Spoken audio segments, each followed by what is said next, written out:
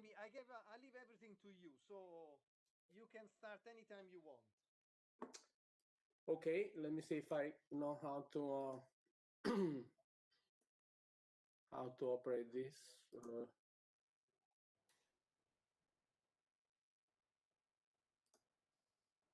Hello, everyone.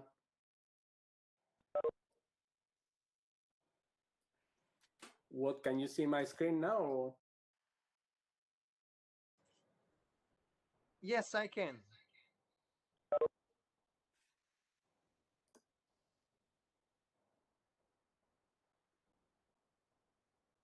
So you can see the cover of the presentation? Yes. Okay, brilliant. Then let's just get started. Luckily, it is a very graphic presentation. It's only really photos, so it won't be too much of a burden on the audience. This is when Fabrizio asked me to present on one of the educational program meetings. He suggested this presentation, which I had prepared for a meeting that we had in Hong Kong a couple years ago. So this is an old presentation, but hopefully most of you will not have seen it. Basically, the reason for it comes from the archive of photographic essays that was released by Bradbury about 5 years ago, where there were a large number of designs and photo essays which had never been seen before, and some of them, as you know, I think most of you will have seen over the last few years a number of them. I find them absolutely fascinating and very historic in the sense of their contribution to how certain banknotes were designed, to how the printers approach some of the issuers very early on, in many cases before the issuers themselves had even constituted legally or had decided to issue certain notes. I think the printers show a degree of proactiveness that I thought was very interesting to see on the designs. And in this huge collection of essays, there were a good number of designs with Queen Elizabeth II, which obviously is a very collective collectible topic for banknote collectors. So I thought putting them together on one presentation could be interesting. I thought for many collectors. This is not all of them. I mean, there are some I didn't have access to all of them. I own some of these, not all, and I have seen others which I have not seen in person, but I have seen photos of them. So this is just a selection, but I think it's a good selection of what was in that. Okay, starting now. If I how to move down now. Wait, what's going on?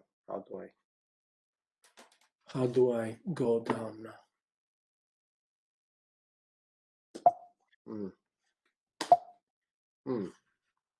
Give me a second. I seem to be stuck on a photo of the presentation.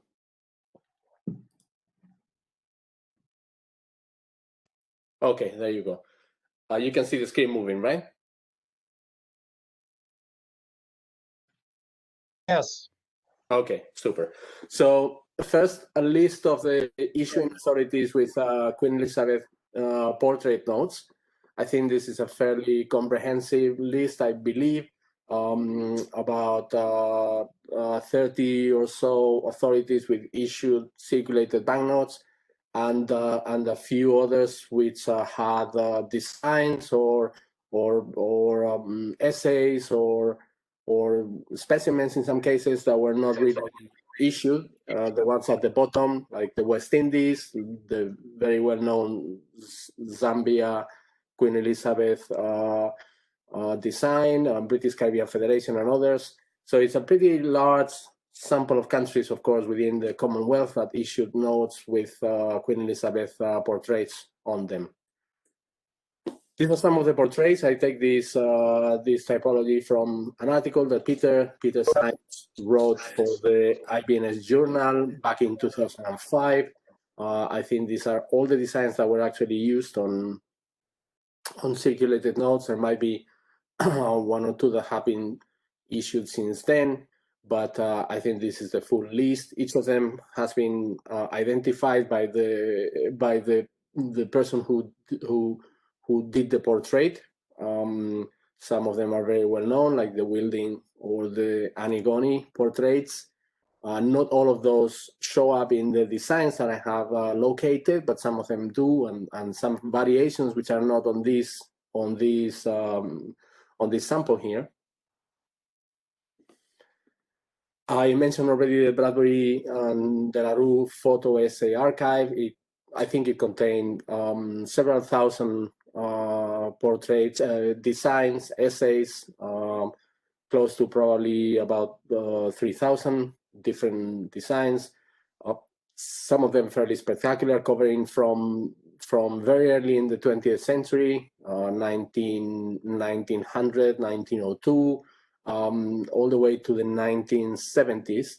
Nothing later than that, in the 1980s, I believe, possibly early 1980s. So these are fairly long, lengthy and comprehensive curated archive that Bradbury put together in a group of albums, which were sitting there for many years and decades, which probably served a purpose, but at some point in the last few years, it stopped serving whatever purpose it served. And I think the story is well known that Bradbury decided to just get rid of them. They didn't think there was any value to them or any point in keeping them. And our friends at Spink decided to rescue them and offer them for auction and for sale. And they have circulated a number of times since then. They continue to show up in different auctions. Some of them attract some interest. Some of them attract a lot of interest. And as I said before, I think the historical numismatic value of these essays is huge. It's never really about how much they bring at auction, but really what they contribute to understanding the numismatic history of the different countries. Okay, let's start with what is known as the first Dorothy Wielding portrait, which is this one that you see on the screen. This one was used for design for the East Caribbean Currency Authority. Not exactly a printing authority after all. There's the British East Caribbean and the East Caribbean states, but no issuing authority under this particular name.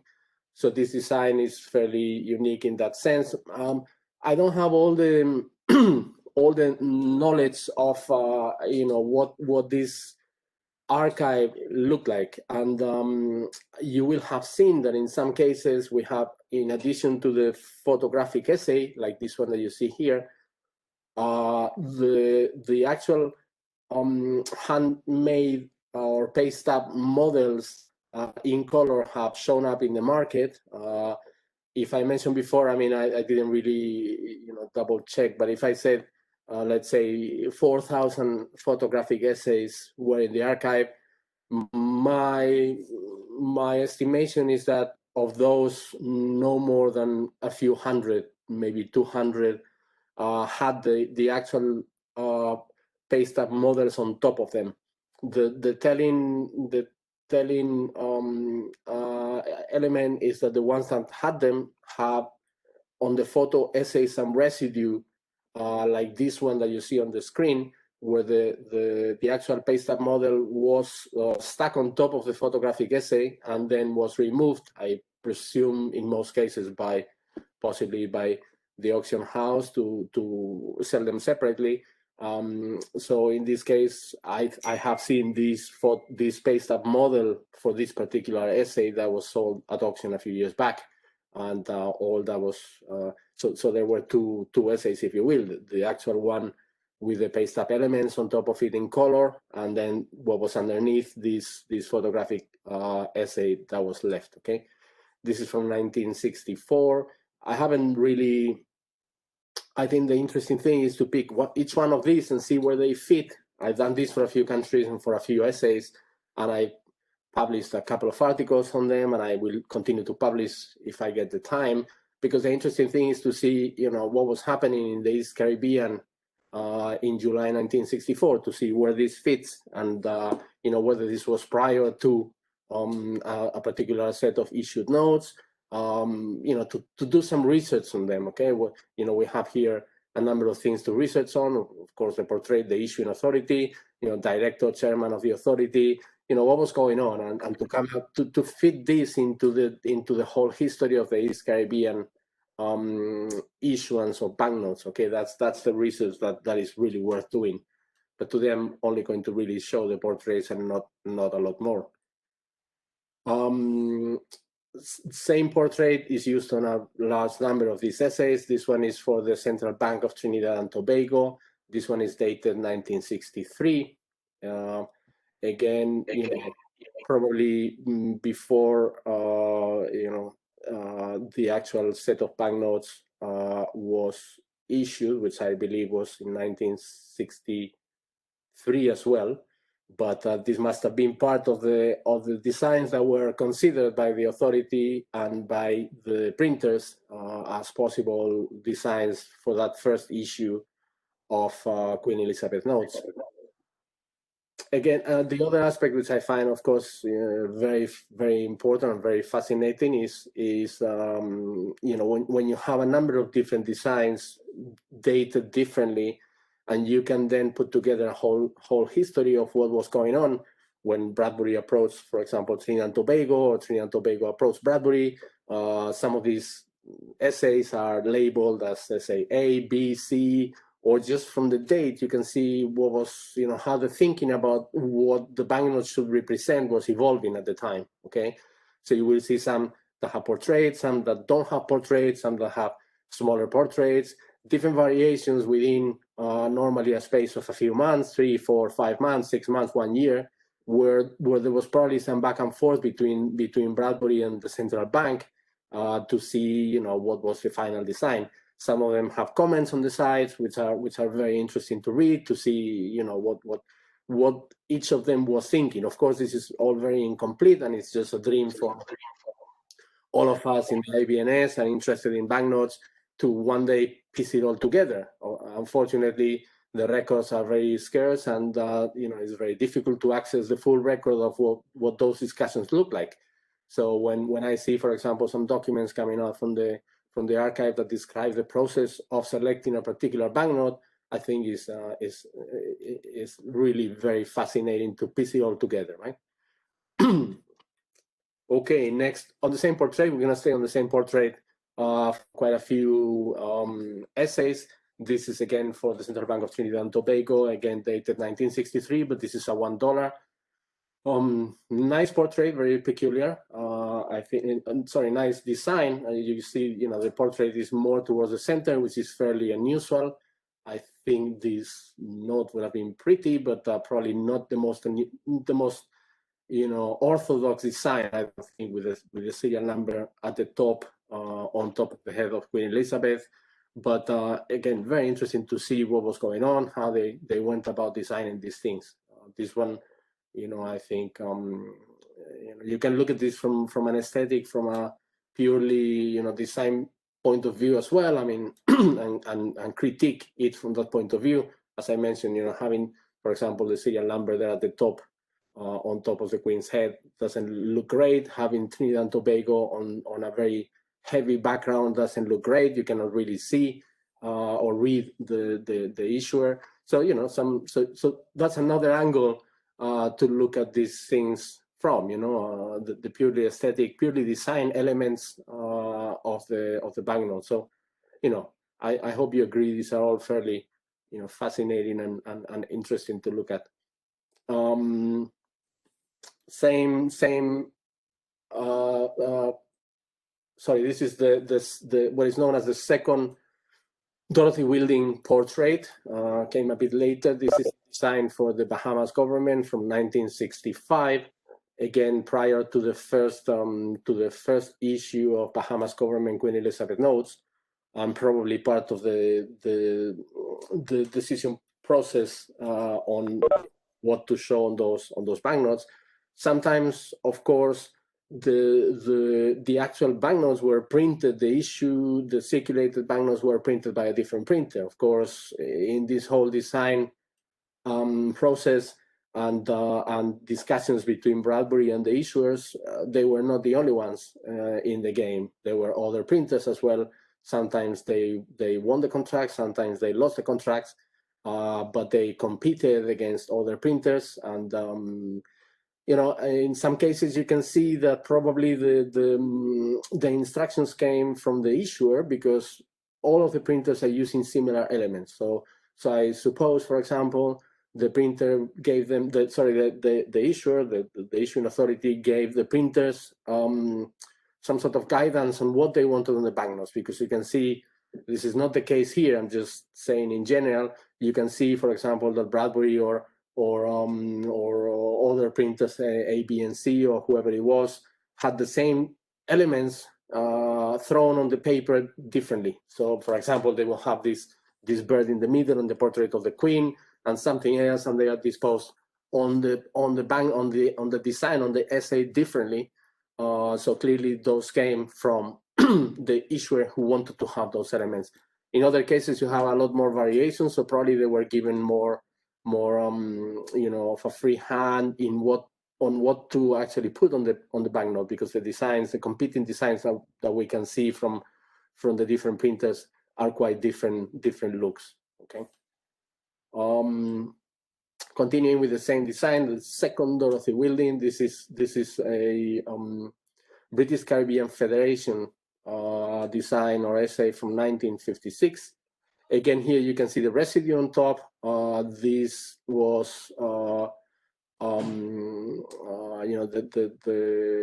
the paste up model was on top of this, and I have seen it at auction. In fact, I believe this one, or a very similar, no, not this one, a very similar one, which I think comes up later, was actually printed as a sort of specimen as well. So you know, some of them made it further, some of them were stopped early on. You know, it's all very fascinating to put together and put a timeline to the whole thing. Okay, but here you see again another design that is probably not very, you know, you may have not seen in this format with the British Caribbean Federation design, much more you know,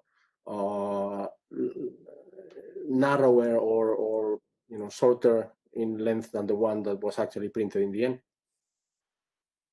East Caribbean Currency Authority, another design that was not used, again with the same Dorothy Wielding portrait. This is from 1964.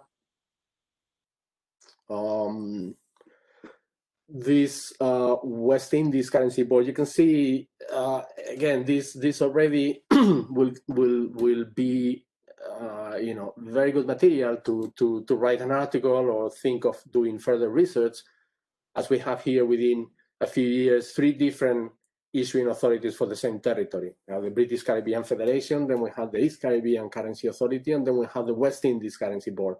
So a lot of things to look into here. I mean, not just the issuing authority itself, but for example here, I mean, it was a federation. In this design, a few years later, it was a currency authority, and in the 65 design, it was a currency board.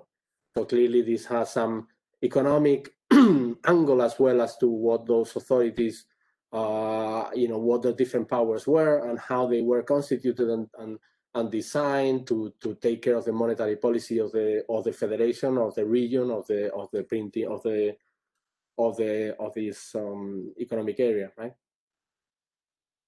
The same design again. The second Dorothy Wielding for Cyprus, 1953. These are very beautiful designs. This didn't have the paste-up models on them.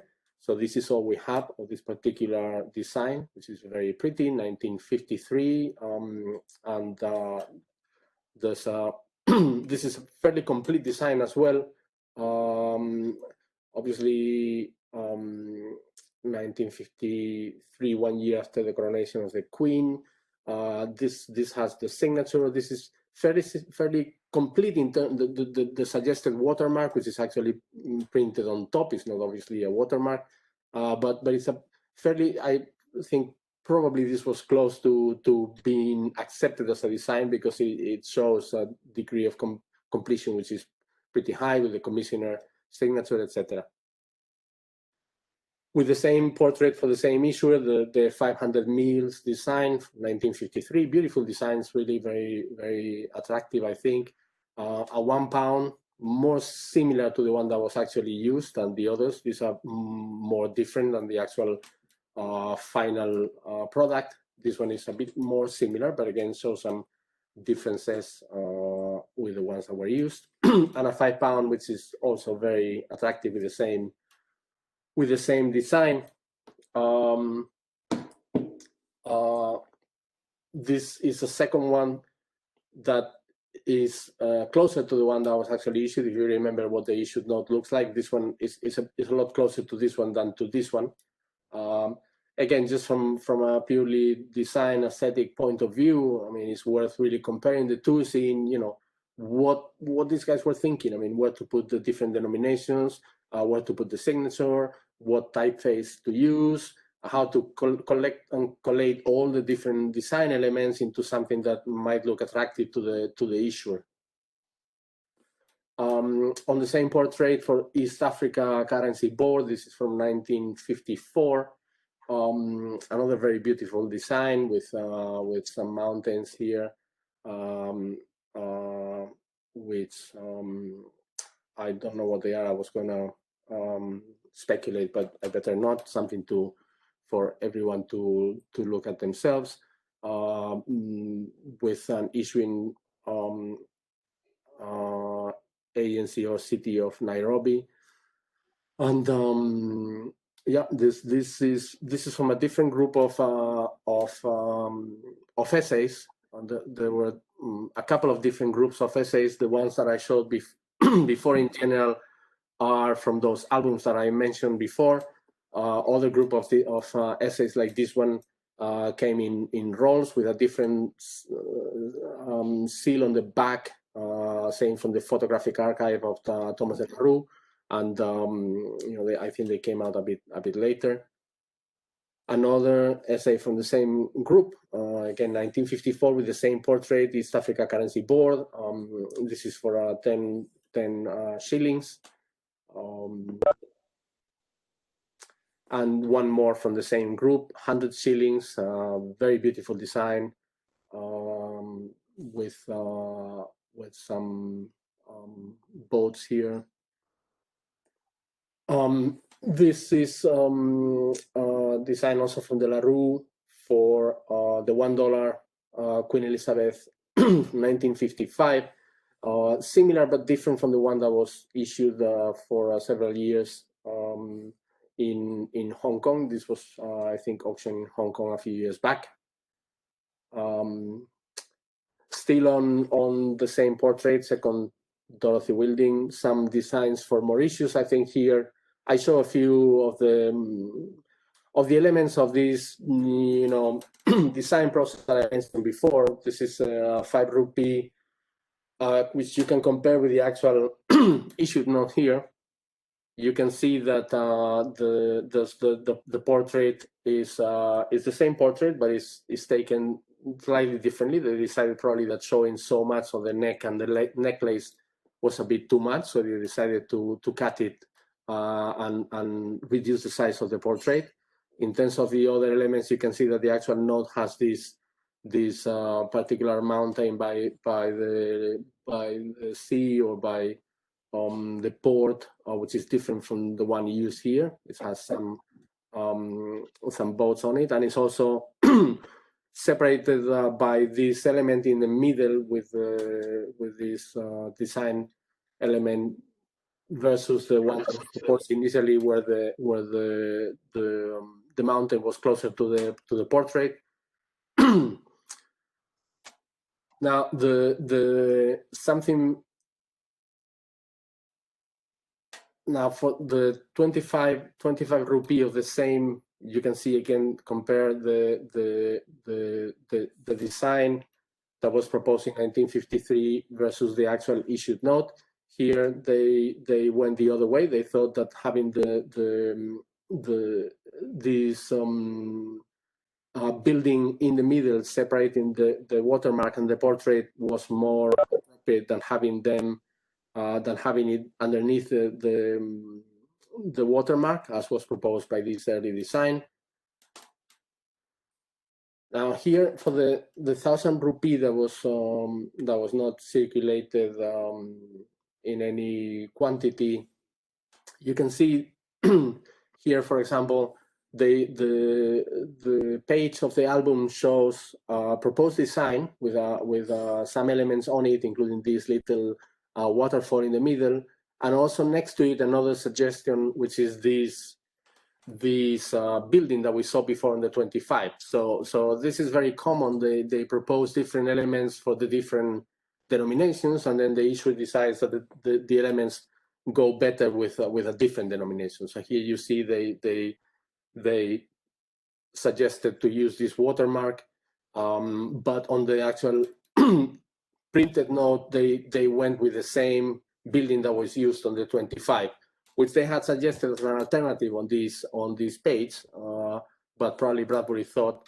at the end of the day the waterfall looked nicer than the building, but probably Mauritius government disagreed and they went with the building. Okay. So again, a lot to research, a lot to look into. What is this waterfall? Many different ways to go about deepening the research on what this archive is offering, right? Still on the same portrait, and again a different non-existent issuing authority, which is the Central Bank of Rhodesia and Nyasaland. 10 pound with Queen Elizabeth and this lion. Central Bank of Rhodesia and Nyasaland, a very different design here from the second group of essays that I mentioned before. You can see there are some differences in this. This is Bradbury and this is De La Rue. Very bold design, very beautiful it would have been, but of course it wasn't accepted. From the same group, this amazing one pound design with some cattle and a very busy design, which I think would have been very beautiful to see on print, in print. And from the same group, this 5 pound,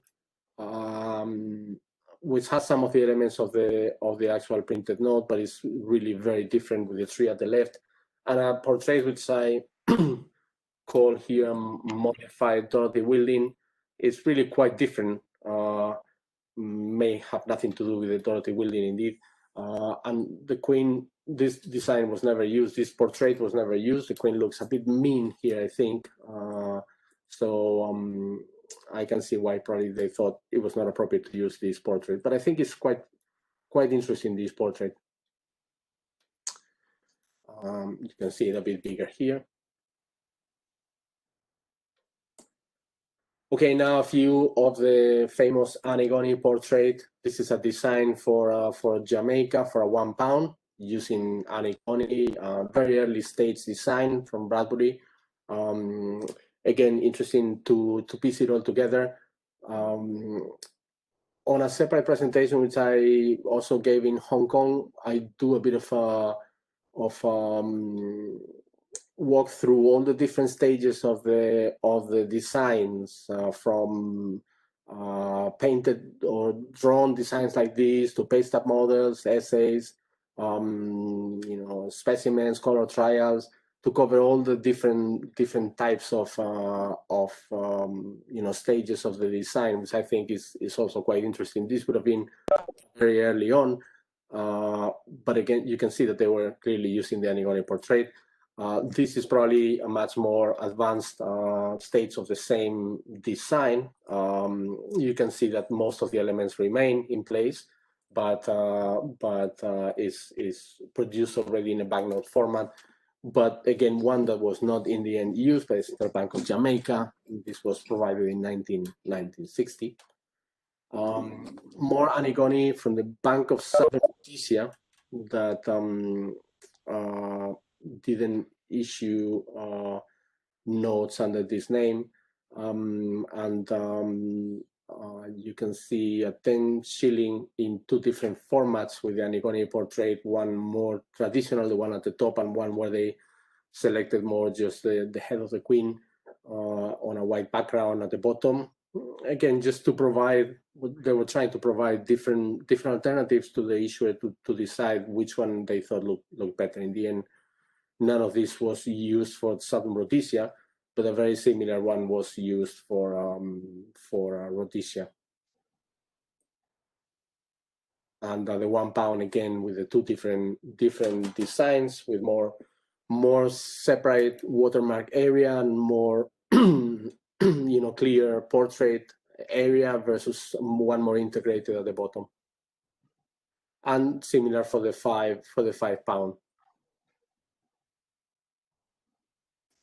And final one, Antigone for Trinidad and Tobago, similar to the one that I showed at the beginning with similar elements. Also similar to one that I showed at the beginning, if you remember, for the Bahamas. That's another interesting element from very early on, as we have seen in other presentations. The printers, when they were given free hand to come up with the initial design, they used many repeated elements. Sometimes, obviously, some of the guilloches and some of the background design elements for sure, but also some of the actual more relevant design elements like birds or even portraits were used indifferently between different printers. We see this a lot for A, B, and C, where some of the very elaborate sketches and vignettes that they produced were used repeatedly across different issuers, and sometimes 4, 5, 6, 7 issuers with the same vignette. Here as well, we see some elements that were repeated in different banknotes by Bradbury and by De La Rue. This is a mix between that Bahamas design that I showed at the beginning and the Trinidad and Tobago that I also showed at the beginning, but with the Antigone portrait. So some repetition, but all part of the production process and the process of coming up with a final design that will be accepted by the issuer. Central Bank of Trinidad and Tobago using something that resembles more, if you are familiar with these notes, for example, the Malta notes with the Antigone portrait. I think nothing like this was used for Trinidad and Tobago, but some of this was rescued as a design format for Malta at around the same time in the early 60s. This is an unrecorded portrait, one that was never used for any issued banknote. It's not a pretty portrait. I don't know if you will agree, but certainly they proposed it for a number of notes, and we will see a few of them. This is a Bahamas government $1, two alternative designs from De La Rue, both fairly ugly, if I might say so, not particularly attractive. The one at the top resembling, United States banknotes a bit, that more classic design with a portrait in the middle. The one at the bottom a little more interesting, but still not particularly attractive as a final product, I would think. On the same portrait, and again, speculating with a portrait in the middle that wouldn't have worked very well, I don't think. $100 at the bottom and a $5 at the top. Not particularly inspired designs, I don't think. Again, with the same unused portrait for the Central Bank of Barbados and the Bank of Barbados. Again, something to look into, when we move from being the Bank of Barbados to being the Central Bank of Barbados. Two designs for $5 notes, a little more attractive than the ones that we saw before, with some flying fish and some shells and other reasonably attractive elements. As you can see, the bottom one, again, Central Bank of Barbados, is hard to read with a very busy background. One at the top is more clear. Food for further research, I think. This is for Bermuda. Similar, the same portrait was spread up, around the different islands and the different colonies. This is relatively interesting, I think. $5 and $10 from 1966. It would have been nice to see those, I think, but they didn't make it. And again, for Bermuda, a $50 note with a map of Bermuda, and a $20 note busy with a port scene and some birds and some buildings and the Queen and flowers. Relatively beautiful design, I think, would have been. None of these we have seen the actual paste up models, unfortunately.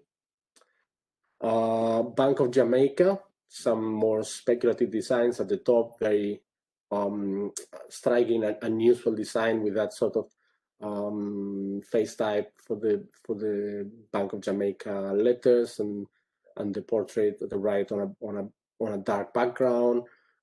Strange design. Some of these clearly would have been very speculative and not close to being printed. The one at the bottom looks a bit more like some issued banknotes. Relatively interesting with this unused portrait.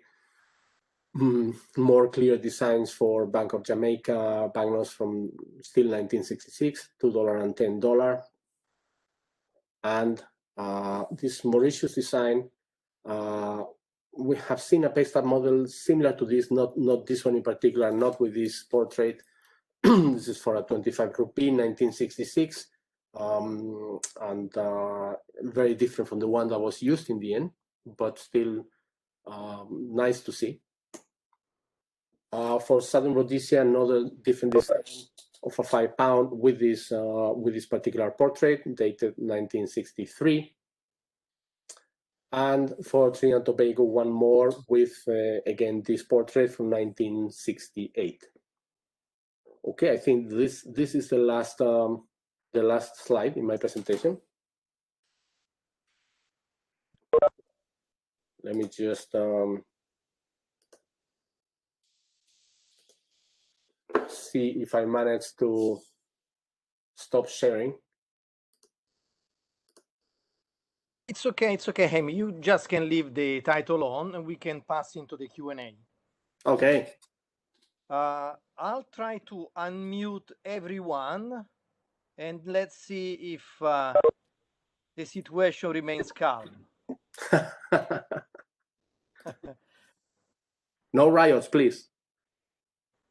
Yeah, no riots.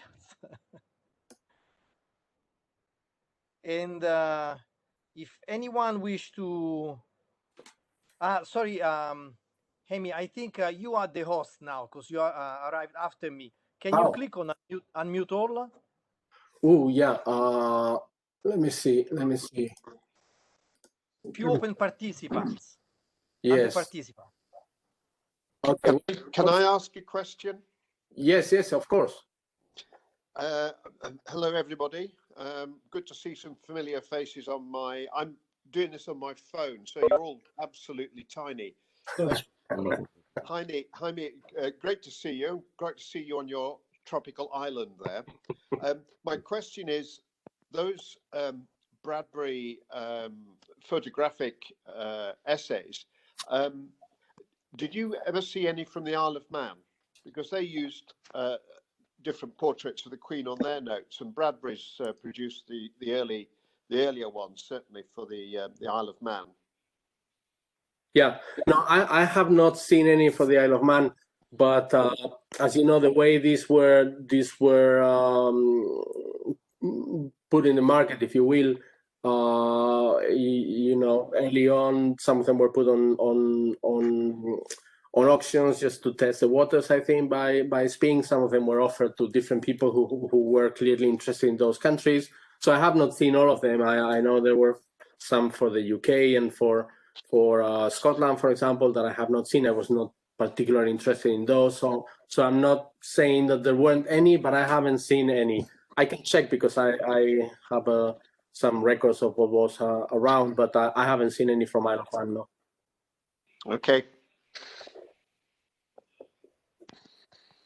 Anyone who wants to ask questions, please unmute yourself and ask questions. Yeah, Jaime, Bruce here. Hey, Bruce. Have you seen any other portraits of a young Elizabeth before she became queen? I know you showed that one, of course, of the classic youth portrait on the $20 Canadian banknote. But do you know of any essays where of showing her before she was queen? No, I haven't seen any from Bradbury. There might be some from other printers in Canada, for example, but I haven't seen anything from Bradbury. I see that you have Mark there in the background. Say hello to Hey, good for you. Yes, I'm here I'm visiting Mark in Siesta Key, where we don't have any snow. So Hey, it's Mark. nice here. Nice to see you. I think most people know Mark by name or reputation, so he wants to hide in the background. But that's No, I waved. He's- all right. He's not hiding very well, but okay. Hiding in plain sight, as they say. No, I haven't seen anything earlier, but I think probably, from Canada, probably it would have been from some of the Canadian printers, but not from Bradbury, no. Okay.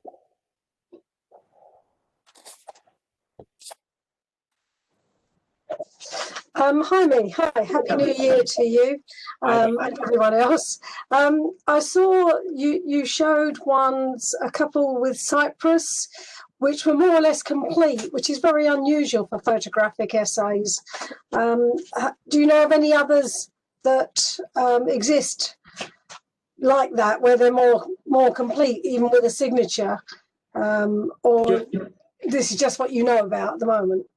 No. There's a lot of different types, and some of them are exactly the same as the printed note, which makes them less interesting, of course, to commercially at least to have a photographic essay of something that is exactly like the issue. In some cases, actually, even less interesting. They're actually photos of specimens that Bradbury kept in this particular file, which have no terrible interest because it's just really photos of a specimen.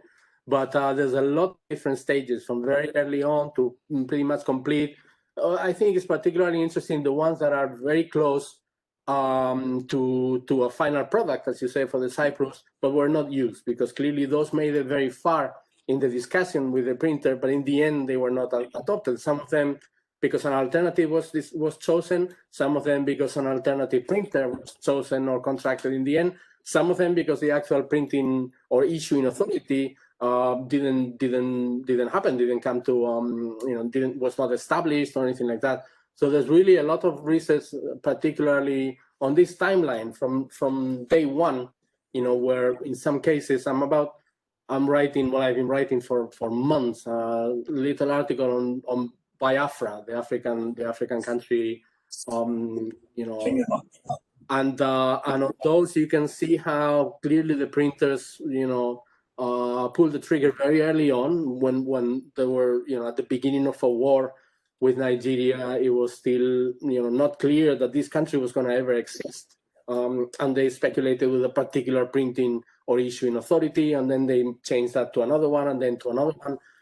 So this timeline from very early on, you can imagine the commercial guys at Bradbury, shooting down to Africa to talk to these people, to be the first ones in. If you guys are about to break from Nigeria, can we be the ones printing your banknotes? So those discussions must have been very, very exciting.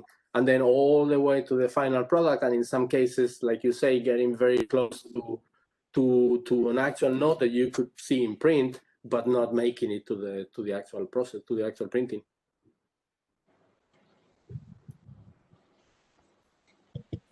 Hello, this is Kavan. Hello, Kavan. From Sri Lanka. I'm sort of interested in Ceylon, and there were at least few notes printed with the Queen in 1952 and 1954. I'm not sure whether there were any essays of that. I have not seen any in auction. I would like to know if there were any like that. But I'm most interested in trying to find out what was actually in that catalog. You said went up to the 1970s.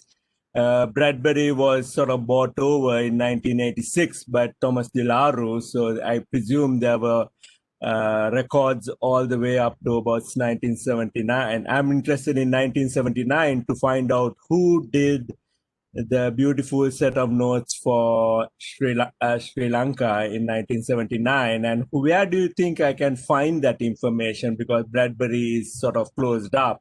Is there any names of people who will know? Well, that is the holy grail. I mean, that's what I would really like to do. I mean, I'd like to have access to all those records for the countries that I'm interested in, for Spain, for Africa, for South America, Central America. But this is very difficult to get. I mean, I haven't had the time to really dig deeper. I'm sure there's more that can be done. For Ceylon, I think the Ceylon section of the of the photographic essay archive and of the paste-up models archive, Ceylon is one of the richest. It's one of the ones that I've seen more designs for, and you've seen those over the years in auctions. Some of them are extremely beautiful, from King George VI all the way to Queen Elizabeth and then to Sri Lanka. There's a lot of designs, very attractive ones. I haven't researched Ceylon myself, but I think, I mean, I would start with obviously with Andy Pattison, who I think was quite instrumental in releasing this whole archive. I think he will have some information on each of the countries, how many essays were printed, etc., etc. So I would start with Andy, and then, you know, good luck. I mean, is anything that is unearthed in terms of that whole process for any of the countries will be terribly interesting for the collectors of that country, I think, because it's really unexplored, and there's a lot to share, I think. But yeah, it's not easy. I don't have any other sources that I can give you.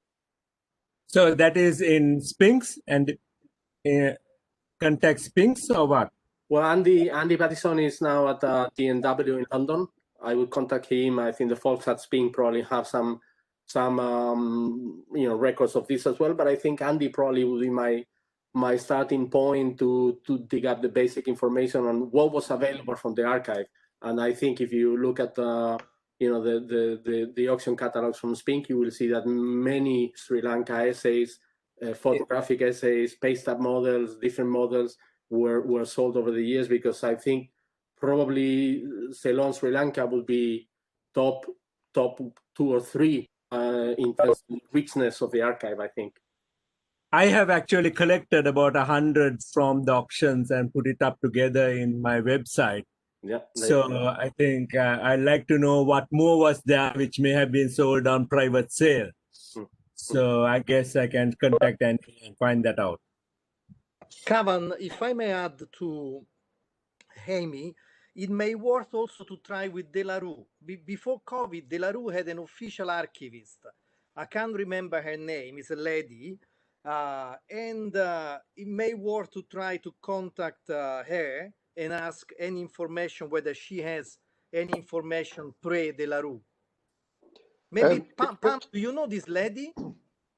No, I have not. I have written to the generic address in De La Rue and not got any response. So if you can give me a contact email, I would write. Right.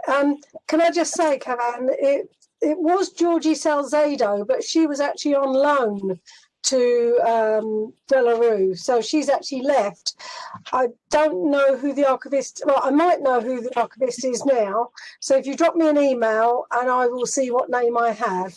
But okay. I think in many instances we have to keep in mind that these people are now exceptionally busy because of the way the current situation is, so it might be some time before you get a reply. But on the other hand, if you say you're a member of the IBNS and you have an inquiry, go from there, maybe. But drop me an email and I will see what name I have. Okay. Okay, thank you very much. I mean, Bruce again here. Was your presentation recorded? Because I know a couple of people I think would enjoy hearing it if there's some way to access it. Fabrizio, I think it was recorded, right? We are still recording. Even this Q&A, you will see your own faces. We are still recording. Will you post a link so that other interested parties can take a look at it? Yeah, I'm a bit behind. I'm asking the help of Robin, which actually already built an educational page within the IBNS, where right. I will have all the links or all the program that we've done. All the presentation will be there. So I can share in advance this one, no problem. I can send you the link. You can pass the link around even before the page is ready. Okay, I appreciate that. Thanks. Jaime, and Happy New Year to everyone. See, longer this time. My question to you is, can you hear me? Not very well now. Oh.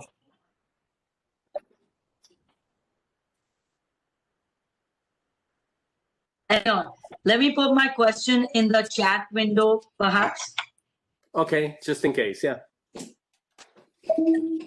Oh God. Okay, if you can tell me, I'll just say it quickly. Have you? I'll still put it in the chat window. Have you had an opportunity to kind of, I'm new and I all the back issues of the IBNS, journals. But have you covered any of these issues in an article where you've compared, the roughs or what I forgot what you guys call them, but basically the black and white artworks to the actual note that's released?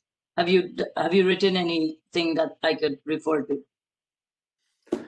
Well, I think I've seen a few articles from other people as well. I think Ram Kumar from Dubai wrote an article, I think, on, I don't know if it was Nigeria, I don't remember. There's been one or two. I've written a couple myself, one on very early designs from Belgian Congo, and one which I thought was particularly interesting, maybe for you also, on Cyprus. Designs, post sort of independence. Because there were a lot of different designs there, and I think there was a lot of probably discussion on what to include on the notes to represent what Cyprus was after they took off the the Queen Elizabeth portrait. But the vast amount of research to be published, as I said, I'm working on one on Biafra. I have many ideas because I own some of these things and I have access to others, and I think it's really fascinating. But it takes time to research everything and to put it together. But if you're interested in a particular country and I can help, I'll be happy to share what I have.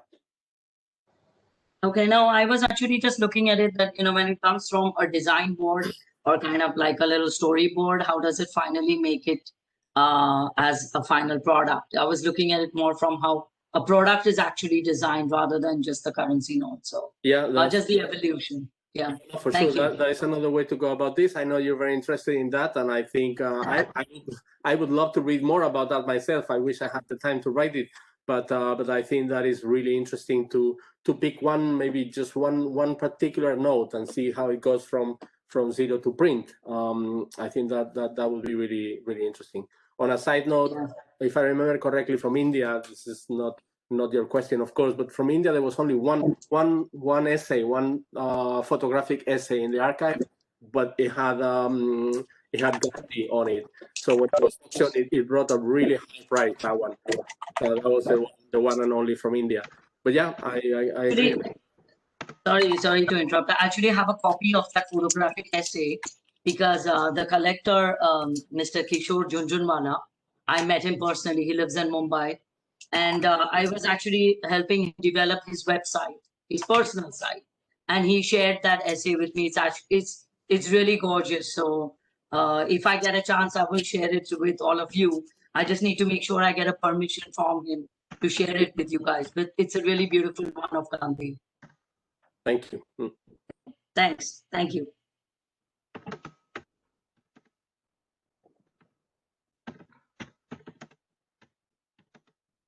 I made one comment and one question. Can you hear me? So congratulations for the presentation. It was very interesting. I think that during this period there was a very strong competition between different printers. So I was wondering whether ABNC at some point prepared some models bearing the portrait of the Queen. Are you aware of that?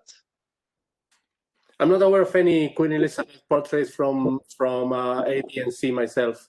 It doesn't mean that there are none, but I've never seen one. I mean, I think what I have seen in terms of photo essays like this from ABNC is a lot smaller and less well organized than the one that came out from Bradbury. I've seen a few, I don't like them so much because they look more like plain photographs. I mean, the ones from Bradbury have an element that makes them more interesting in terms of the paper, etc.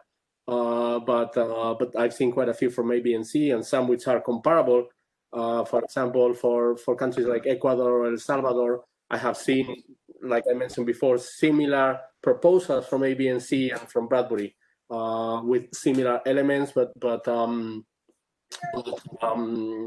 signed by each of the printers. In fact, for some countries, you can see them alternating the prints, as you know very well. I mean, for example, Guatemala, you can see an issue that is, particular design from Bradbury, then you can see the same issue 3 years later with the same design by AB&C, and then it goes back to De La Rue. So there's quite a bit of play in that sense. But back to the question, Queen Elizabeth from AB&C, I myself have not seen any. Yeah, Cedrian and Jaime, just for your information, an interesting factoid that a lot of people may not be aware of, that Bradbury Wilkinson was actually owned by American Banknote Company. I think they acquired them in the early 1900s. So in that sense, they weren't really in competition. Correct. Yeah. Yes, Bruce, you're right. And a comment, or more or less, more a suggestion is for Fabricio to consider having Jaime to make the other presentation, the other one that he commented that he did in Hong Kong, about the process of the printing process, how a banknote is created and all the stages. I think it will be interesting for all of us to be able to see that presentation. So Jaime, I'm proposing that you present this in the future for this educational series. Back of the queue. I'll get to the back of the queue. But the next one, actually, I am in discussion. Sev suggested on the forum if we could have given a hand to a student that is working on a program of artificial intelligence to recognize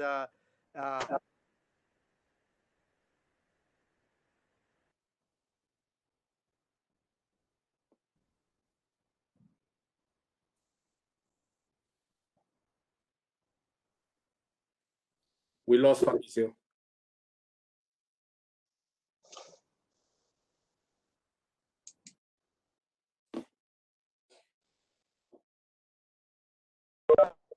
So Jaime, now it's on you. You've got to just take on the next presentation too. I'll stage a coup. I just had a question. In the whole development of the essay, is there any acknowledgement to the actual designer or artist that comes up, or just only the company? I think, again, this is a very broad question, and I'm sure other people on the line have probably better or more complete answers than me. But in my experience, it's very few cases where we know who specifically signed a particular design. I think they were probably sort of like, I'm not going to say union workers, but they were probably just not recognized for their artwork specifically. I think most of the credit goes to the printer. Very few designs are signed. We know of some star designers over the years at Bradbury, for example. Some of them are still around giving nice speeches on their work. But other than that, they telling you on which designs they work. If you just work from the source at Bradbury, for example, or from the printers, it's very difficult to really know who designed each of the banknotes. Okay, and further, is a particular banknote, is it given to one designer, or is it a collaborative effort? Say you do half the note, I'll do another half, or is it a single person that works on one particular note? I don't think there's one answer only for that, but in general, it's a collaborative effort because you have some elements which probably were given to the more skilled engravers, for example, at Bradbury, things like portraits or vignettes or things like that. And then there are elements which are more the background, of the note, like those guilloches and those, denomination boxes and things like that, which are more sort of run of the mill, which are probably given to, the more junior or less skill or less, experienced designers. So there's engraving, there's designing, there's pasting, there's different roles, and clearly it's a collaborative effort. Yeah. Thank you. Jaime, if you allow me to complement, actually, I'm not familiar for Bradbury, but at least for ABNC, there were specialists. So some engravers were specialized in etching for the vignettes, and others were on the burring, more traditional style of engraving, and they were normally the main engravers for the portraits. Also, there are specialists for numbering, lettering. So each one of those folks prepare part of the banknote, but I assume that there was a team that actually was producing the design and putting all the pieces together. Yes, Bruce here. That's absolutely correct. And in fact, the most advanced engravers were the ones that did the portraits.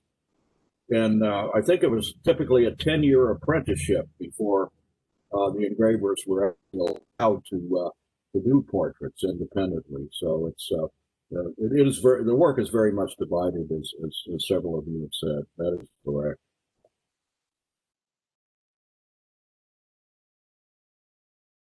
I think that the Dutch banknotes have auction are given tribute to the designer, not so much the engraver, but the designer. And I think even some of the earlier, not the Czech Republic, but the Czechoslovakian notes have engraver or designer names. Even the French notes have them.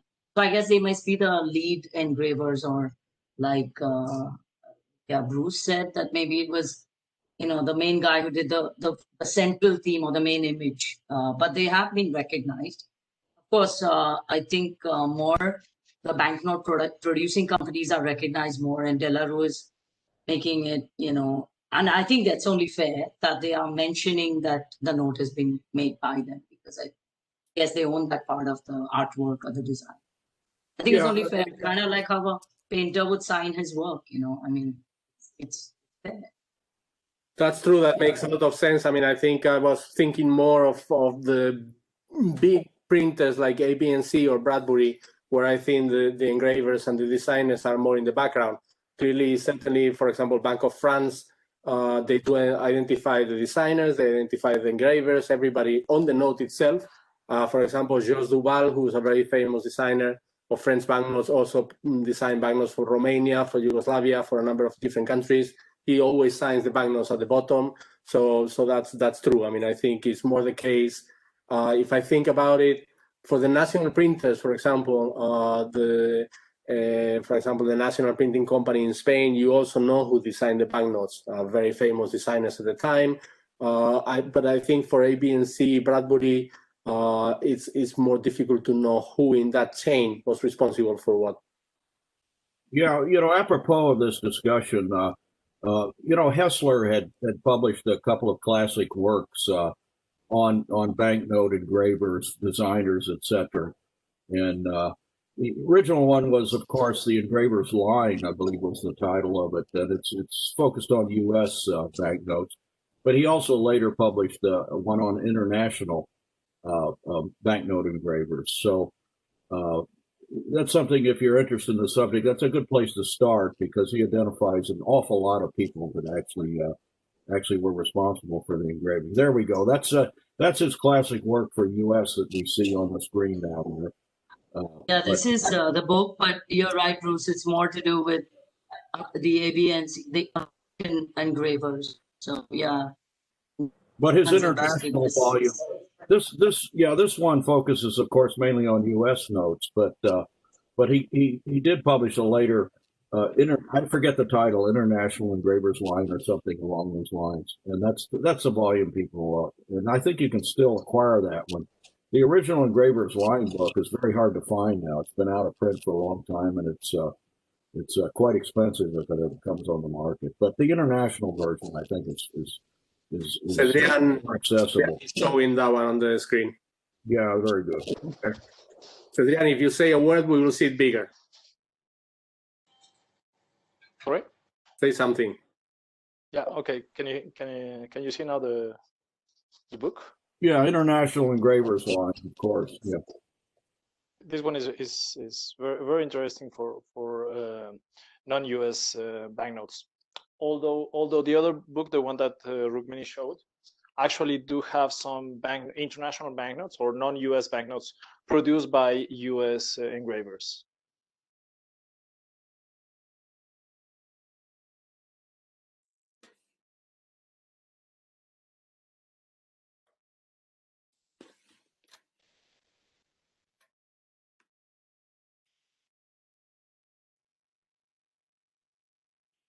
Questions?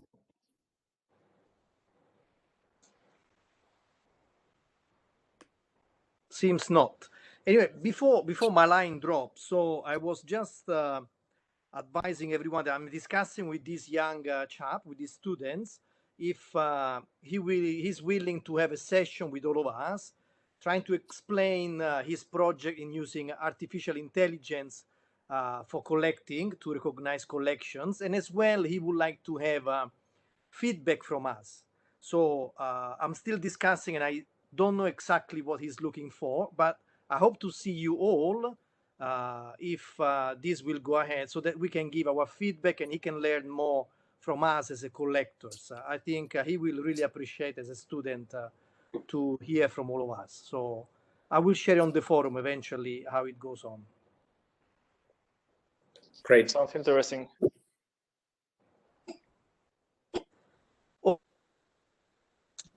Okay, thank you, Jaime.